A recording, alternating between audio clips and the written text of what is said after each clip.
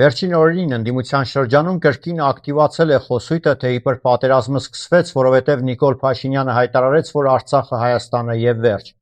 Այս պարզունակ բացատրությունը, որը հարմար է մեղքը մեկ մարդու վրա դնելու համար, իրականում ոչ թե վերլուծություն է, այլ էժանագին քարոզչական հնարք։ Բայց այստեղ սկսվում է թերևս ամենահետաքրքիրը։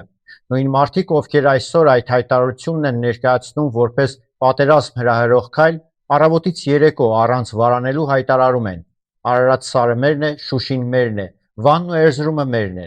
Հիմա մի պահ կանգ առնենք ու փորձենք հասկանալ, եթե Փաշինյանի նմանատիպ հայտարարությունը կարող էր պատերազմ բերել, ապա ինչ են անում նրանք, ովքեր մեղադրում են Նիկոլ Փաշինյանին։ Ստացվում է, որ ըստ իրենց իսկ տրամաբանության նրանք ամեն օր պատերազմ են հրահրում։ Սա հենց այն կետն է, որտեղ պարզ է դառնում, որ գործ ունենք ոչ թե սկզբունքների, այլ ընտրովի մոտեցման հետ։ Երբ խոսքը վերաբերում է իրենց քաղաքական հակառակորդին, նմանատիպ հայտարարությունները դառնում են հանցանք։ Իսկ երբ իրենք են ասում, դա վերածվում է արդեն հայրենասիրության։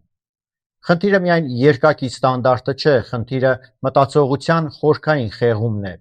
Պատերազմը չի սկսվել մեկ արտահայտությունից, պատերազմը արդյունք էր 30 տարիների կուտակված խնդիրների, ուժերի հարաբերակցության խախտման, դիվանագիտական ձախողումների և անվտանգային համակարգերի փլուզման։ Այդ ամենը ներառել մեկ հայտարարության մեջ և ներկայացնել որպես պատճառ նշանակում է հրաժարվել իրականությունից։ Ավելին, նման պարզունակ նարատիվները վտանգավոր են, որովհետև շեղում են հանրային ուշադրությունը իրական հարցերից։ Ինչու պետությունը 30 տարվա ընթացքում չկարողացավ պատրաստ լինել։ Ինչու դիվանագիտությունը չաշխատեց, ինչու չէր ստեղծվել ամուր անվտանգային համակարգ։ Այս հարցերի փոխարեն հասարակությանը մատուցվում է հեշտ ու հարմար մեղավոր։ Եվ ամենավտանգավորը, այս մտածողությունը ինքն իրեն հակասում է։ Եթե իսկապես հավատում ես, որ կոշտ հայտարարությունները բերում են պատերազմի, ապա պետք է լռես։ Բայց եթե շարունակում ես նույն կոշտ բառապաշարը օգտագործել, ապա կամ չես հավատում քո ասածին, կամ գիտակցաբար մանիպուլացնում ես։